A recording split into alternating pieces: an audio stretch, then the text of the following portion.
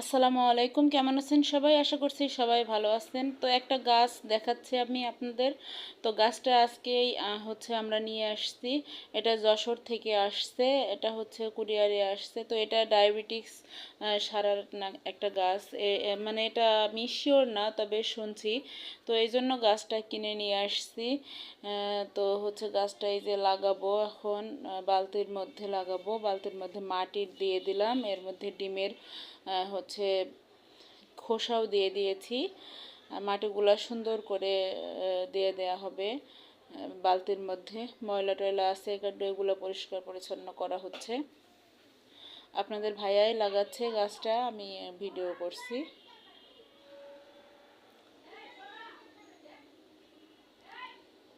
আসলে শহরে মাটি পাওয়া অনেক কষ্ট, তো অনেক কষ্ট করে মাটিটা জোগাড় করা হয়েছে। মাটির দলাগুলো ভেঙে দেয়া হচ্ছে।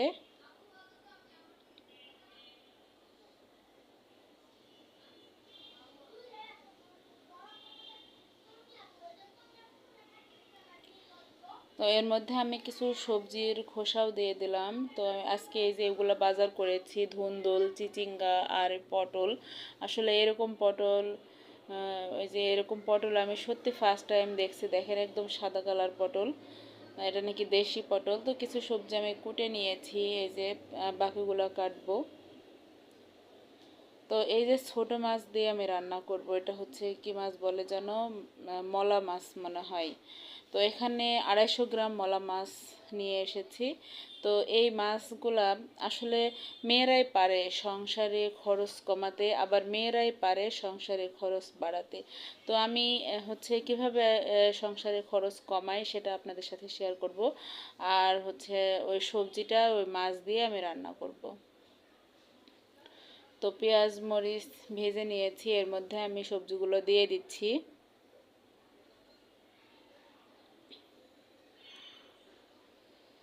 সবুজ কালার সবজি দেখতে আমার সত্যি খুবই ভালো ভালো লাগে। আমি চেষ্টা করি রান্নায় সবসময় কালারটা সবুজ রাখার জন্য। আমি খুব হালকাভাবে সবজির খোসাগুলো ওঠাই, যেন সবুজ কালারটা সবজির সাথে লেগে থাকে। তো সুন্দর করে নেড়ে চেড়ে দিচ্ছি। আসলে ধুন্দুলটা আমার কাছে খুবই ভালো লাগে। অনেকে আবার পছন্দ করে না, কিন্তু আমার কাছে খুব ভালো লাগে। এই পর্যায়ে আমি জিরা বাটা আর রসুন বাটা দিয়ে দিলাম।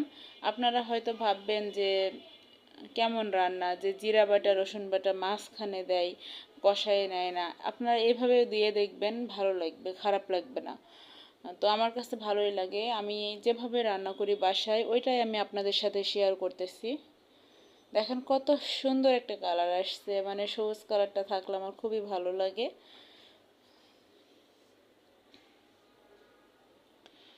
তো এই মাছগুলো আমি 3 ভাগে ভাগ করে নিয়েছি। ওই যে বললাম সংসারে খরচ কমানোটা আসলে মেয়েদের দায়িত্ব। তো 3 ভাগে আমি ভাগ করে নিয়েছি। তো অর্ধেক 1 ভাগ আমি হচ্ছে কষায় নেব, নিয়ে সবজি দিয়ে রান্না করব। তো এরই মধ্যে আমি বলে রাখি, আপনারা যদি আমার চ্যানেলে নতুন হয়ে থাকেন, অবশ্যই অবশ্যই আমার চ্যানেলটি সাবস্ক্রাইব করে দিবেন, লাইক কমেন্ট শেয়ার করে দিবেন, পাশে থাকা বেল বাটনটি অন করে দিবেন, যেন সমস্ত নতুন নতুন ভিডিও ছাড়ার সাথে সাথে নোটিফিকেশন আপনার ফোনে চলে যায়। আর আপনাদের একটা লাইক, একটা কমেন্ট আসলে প্রত্যেক প্রত্যেক ইউটিউবারকে দেখা যাচ্ছে তাদের অনুপ্রেরণা যোগায়, যে হচ্ছে মানে কাজ করার আরও আগ্রহ তৈরি করে। আর আমরা সবাই একে অপরের পাশে থাকলে, একে অপরের পাশে থাকলে তবেই না আমরা এগিয়ে যেতে পারবো, না হলে তো এগোতে পারবো না। তো এরই মাঝে আমার রান্নাটি হয়ে গেছে। আমি উপরে হালকা ভাজা জিরার গুঁড়া ছড়িয়ে দিয়েছি। তো দেখেন কত সুন্দর একটা কালার আসছে, সবুজ কালারই আছে তরকারির, মাছ কত সুন্দর লাগছে। তো আমি আজকে আরেকটা রান্নাও করেছি। আমার বাচ্চারা এই ছোটো মাছ এগুলা খেতে চায় না, এই জন্য আমি ডিম রান্না করেছি, ডিম আর কুমড়া বড়ি রান্না করেছি। তো এতক্ষণ পাশে থাকার জন্য আপনাদের অসংখ্য অসংখ্য ধন্যবাদ। আসসালামু আলাইকুম।